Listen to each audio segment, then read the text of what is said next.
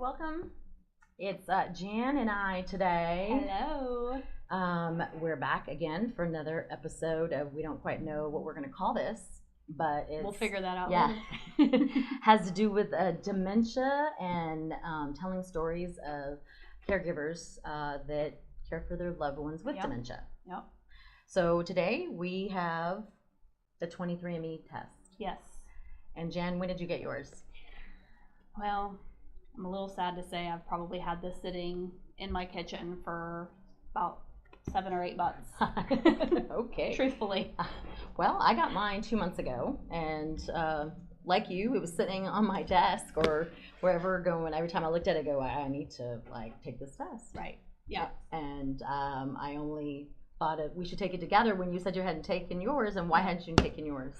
So as we talked about in the last episode that you and I did together, my father passing away of Alzheimer's. Yeah. And my mom purchased these 23andMe kits for me and my sisters to take, because apparently this kit you can test for, it will test for the Alzheimer's gene, which is the APOE, something like that. Okay. But also other genes like Parkinson's as well, and that's all in that gene, I think, that has those. Okay. Yeah. So she said, "Hey, would you guys want to know?" And I thought, that's a really tough question. I don't know. And my sisters were like, "Yes, get it for us. We want to know." And have they taken their test? They took it like the week they got it. Oh. Yeah. And so they got the results back? They did. And? Yes. So apparently, and I haven't looked at how the results come back on the computer, and it tells you, but they all did have the gene. Mm-hmm. Now, what we've been told is that just because you have it doesn't mean you're going to get the disease. Okay. It's just you are at a higher risk. So that means you should definitely exercise and diet with the number 1 and 2 things that doctors say can make that change, right? Right. Okay. Right. Exactly.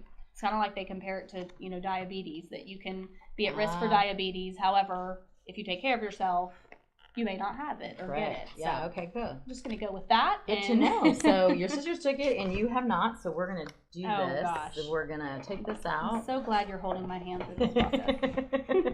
You're holding my hand just as much, because there's a reason why I didn't take mine either. So tell me your story. I just wanted to know so I can prepare and be aware for whoever my whether it's my nieces and nephews, because I don't have any kids, my boyfriend soon, eventually hopefully boyfriend to be husband, I could say that because he won't get scared, so we can just plan, and not just plan but also preventative, do preventative things, exercising being one of them that's been sitting on the shelf for me, quote unquote sitting on the shelf, and then I've already changed a little bit of my diet habits from when my mom was diagnosed, because all the things I was learning about coconut oil and non-GMO, the importance, which we can do a whole other episode on that later.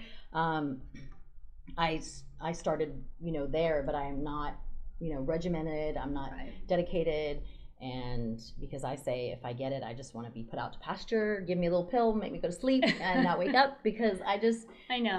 It's hard to think about. It's very hard to think about, and I know people are like, how could you do that? My niece was like, I don't want to kill you. I'm like, you're not necessarily killing me, right? But I'm just saying that, see what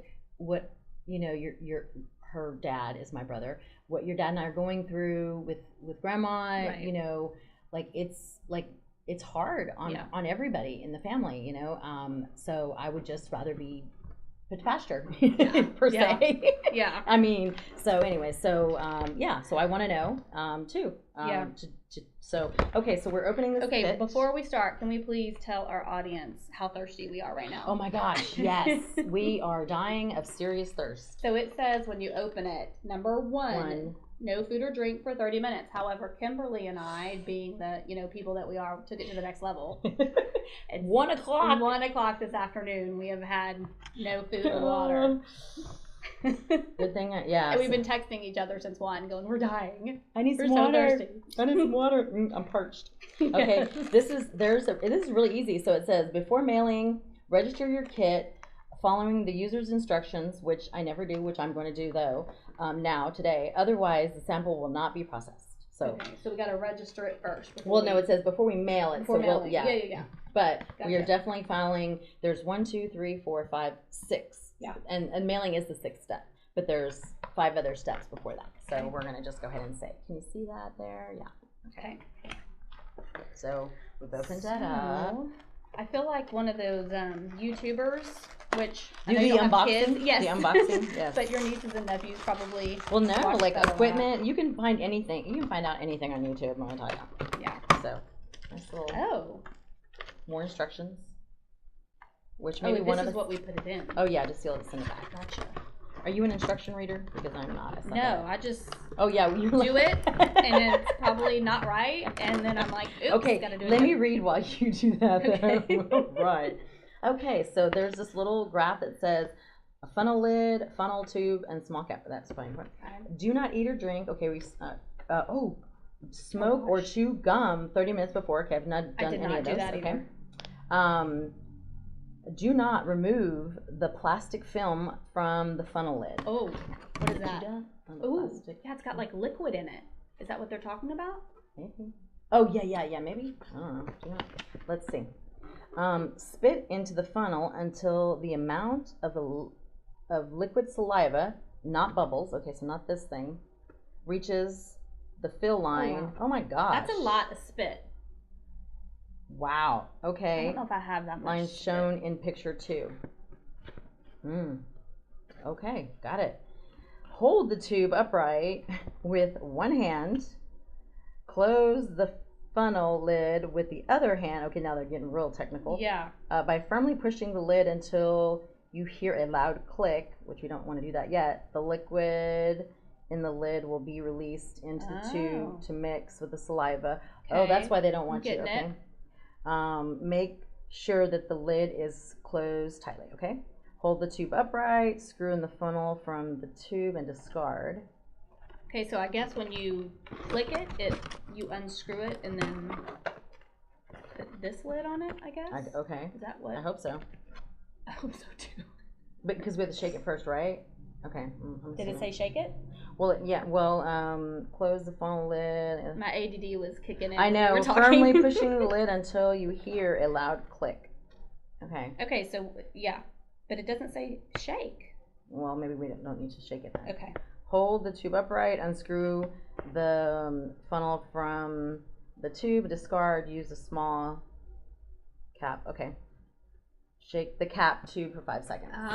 There we hadn't you gotten go. there yet. Okay. Okay, and then number 5 is place the cap tube into the plastic bag. Oop, there it is. There's your bag. All right. Biohazard. Containing the absorbent pad and seal. Okay, so all this is really easy to do, which we're going to do this right now. Yeah. Because we're dying of thirst. And then we'll probably come back, or we'll, obviously this is edited, but we'll come back and then talk about the whys and awareness, and then have probably another episode of the reveal of our stats. Right. Because it does say once we mail in, and shipping has been prepaid, y'all, so that's great. Yeah. But the registering of it is how we find out the results online. So before we mail it, we're going to do all that. From the experience of my sisters and mom who have taken this, which by the way, I don't think that my mother tested for that gene, which is exciting. Wow, really? Yeah. Okay. Doesn't it skip a generation too?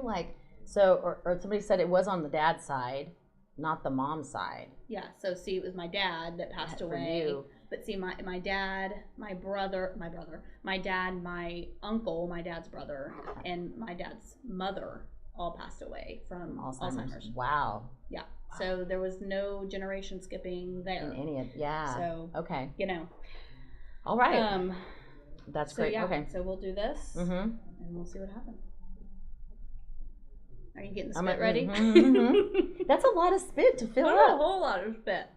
Oh, are they going to watch us spit into this? Okay.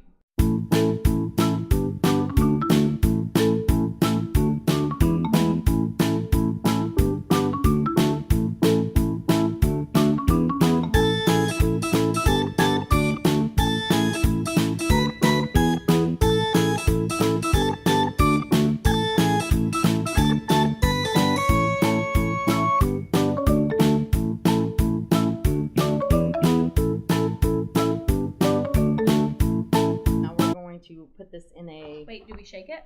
Oh, wait. Oh, yeah. Shake the capped tube for 5 seconds.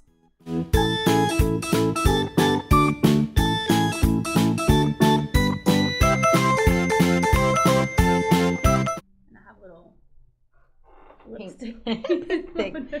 I hope there's nothing about lipstick on here, so we'll keep our fingers crossed. Yeah. Place the cap into the plastic bag. Do not remove the absorbent pad. Do not remove the resorbent. Wait, yeah, no. Do not remove the absorbent pad. Oh, I wonder. In case it leaks, probably. Maybe, yeah. That's what I was thinking. Okay. Okay.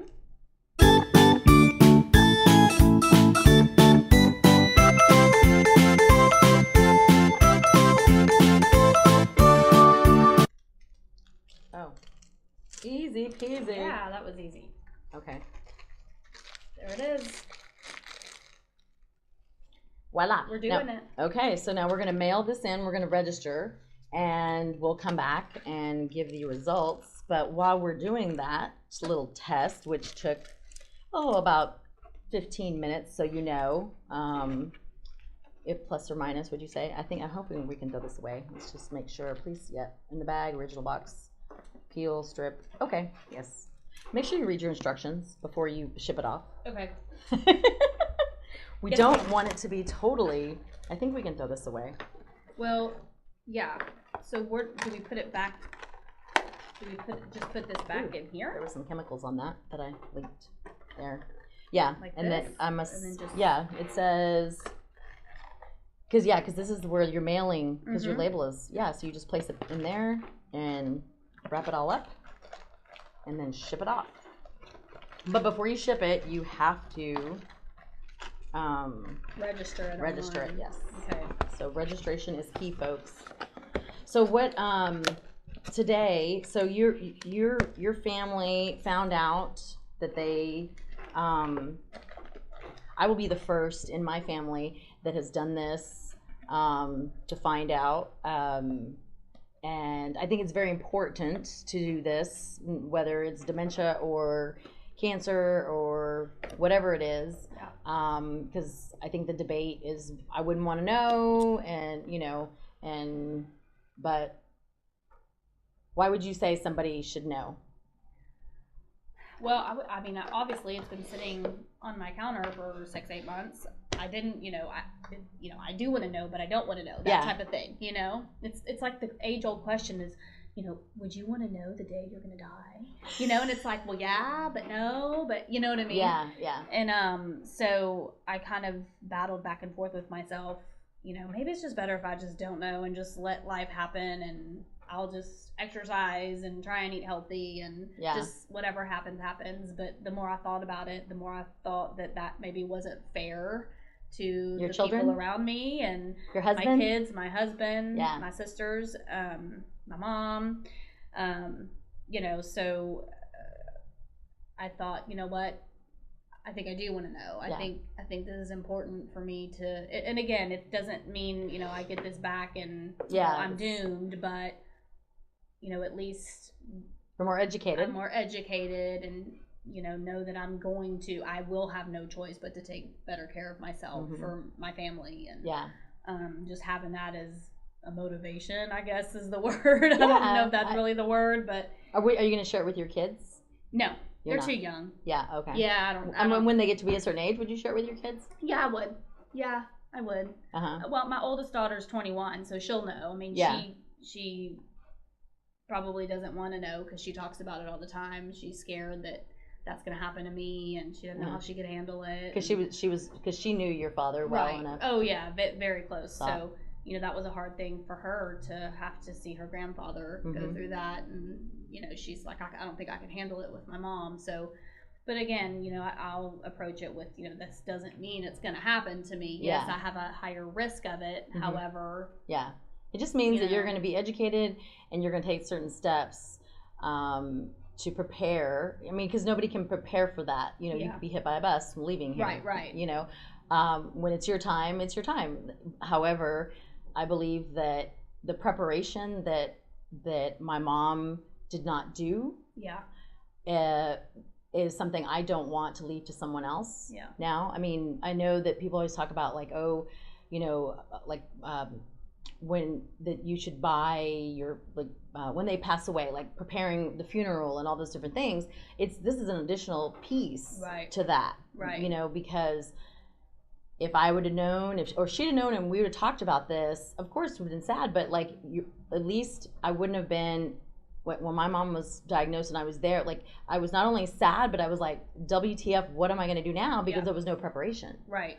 So if I could give the preparation to my, you know, loved ones, that's a huge gift, you know, to them. Right. So I definitely am a big advocate of, you know, talk about it, you know, plan, do things to make it where your loved ones are not, they're already going to be stressed enough. Yes, for sure. I mean, you know, you were a big witness to it. Like, you know, I was really fortunate enough to where my parents, I think, as prepared as you can be, because no one's ever fully prepared to handle this type of disease, and you know how painful it is, the ending process of it. But you know, they've always been very smart with their money. They you know, had the health care where if it had come to the point where we wanted to put Dad in a home, they had the insurance to cover everything.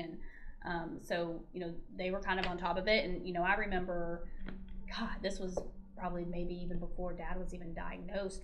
My mom and Dad had all their kids come over, and I'm one of 4 girls. And they said, we just wanted to talk to you about our life insurance and when we die. And we're like, we don't want to hear this. And we're like, well, we know. And they, you know, they said, well, we know you don't, but it's a conversation. You're going to appreciate us telling you this and, Absolutely. you know, what we want and how we're going to prepare for it, you know, and letting you know this ahead of time. And so, you know, with Dad, it, you know, it was, you know, nice to not have that be one more thing that we did have to worry about, because that you're already grieving, you're already stressing. There's so many other things that you have to worry about. Like, so on my side, because my mom was, you know, like it happened when it happened, and she hid it for 2 years. Like, she retired from State Farm 35 years and let her life insurance policy lapse because she didn't know it was lapsing because she had dementia, you know. So, okay, there's one thing. Luckily, when we had the intervention, I caught that, you know, because she almost didn't sign up for her benefits for, what is it, Medicaid, Medicare? I can never get those. Medicare, the one that we all get. Okay, so the one that we all get, and I barely hit that window. Otherwise, she would have missed that, or fines, or there's all things that they do to penalize you. Or you just don't get it. I can't remember because it's been so long now, but I caught that just in time. You know, luckily I got the power of attorney immediately. She was very, you know, like, it was a hard conversation for us, you know, for the whole process for us to go through it. But at least I know people who didn't get all that happening to, you know, they didn't have those benefits, didn't have the benefits of great planning either, you know, like in your case, financially, you know, like my mom relies on her Social Security and a retirement, and at least she has that, but it's still not going to be enough, you know, in the end. And, you know, right now we just signed her up with a caregiver, and I supplement anything that her, you know, retirement and Social Security doesn't cover. So I mean, it's very costly, and absolutely, you know, I think that, you know, what a great child she has for you to really step in and, you know, take control of that. I mean, truly, I mean, honestly, it's because it's a lot. It's so much, you know, that you don't even think of until you're at that point and it's almost too late. You know, so to be able to have the ability years ahead, if heaven forbid, you know, we fall into that same disease, that at least we're not putting that burden on someone else. And if you don't get it, then you can you can give it away to whoever you want when you die. You know, like, hey, if you don't have to use it, take a vacation. You know, do some really big things the last 5 years of your life or whatever. But like, why not? Why not prepare so that your loved ones don't have to worry about those things? You know, and have those conversations, even though they're tough. Nobody likes to have them. You know. But it's gonna happen, you know. We're all gonna die. We're all gonna die, you know. And so just have them, because it's something that's one of the biggest gifts that somebody, you know, your dad and mom gave that to you. I was the blessings I'm gonna say that I can count was that my mom was open to it when it happened. even though she didn't know, like she teeters back and forth on, don't tell me what to do type of thing. So I practice in not telling her what to do, but making the suggestions, redirecting conversations. But yeah, it's the facts of life, and it's what you need to plan for, both good and bad. So, and I'll tell you, the longer you wait, the harder it gets for them to agree, especially like, for example, the power of attorney oh thing. my God, I'm so glad. A friend early. of John LeBeau told me that's immediately you need to get that thing in place. Like it was when the first year that like I found out, probably 6 months, and he was like, you need to jump on that quickly, because if it goes down too far, they become combative. It's paranoid. All I'm these not going to things. sign that. What are you trying to do? Exactly. But I think because at the time that we did it, she definitely, it was her finances were so wonky anyways. Because she was robbing Peter to pay Paul, and so I got it all cleaned up for her. But so that was something that gave her stress. That she didn't realize she was getting stressed about, because we had another friend, her friend, that told me about it, because her husband had Alzheimer's, but she said things that really stressed them out, they're very happy to give up and not do anymore. So that was something that really stressed her. So she was very, oh yeah, my daughter handles all my finances type of thing. So that's good. Yeah, but but later down the road, it would have been not so good. Right, exactly. Yeah, she would have, like you said, been combative, and I'm not going to do that. What are you trying to do? So to be able to have that already done and taken care of is truly a blessing. Yeah. Well, we're going to have to come back with our results to share with everybody today, that listened in on today. So I appreciate you, Jann, for coming. Thank you for having me. Thank you for doing this with me. And we'll be back soon to go over at least 2 weeks anyways, to talk about our results and what we're going to do after that. So here's to another recording of, I'm not quite sure what this name of this podcast is going to be, but right now it's because she's got dementia. Yeah. So tune in again, and thanks again, Jann. Thank you. Bye. Bye.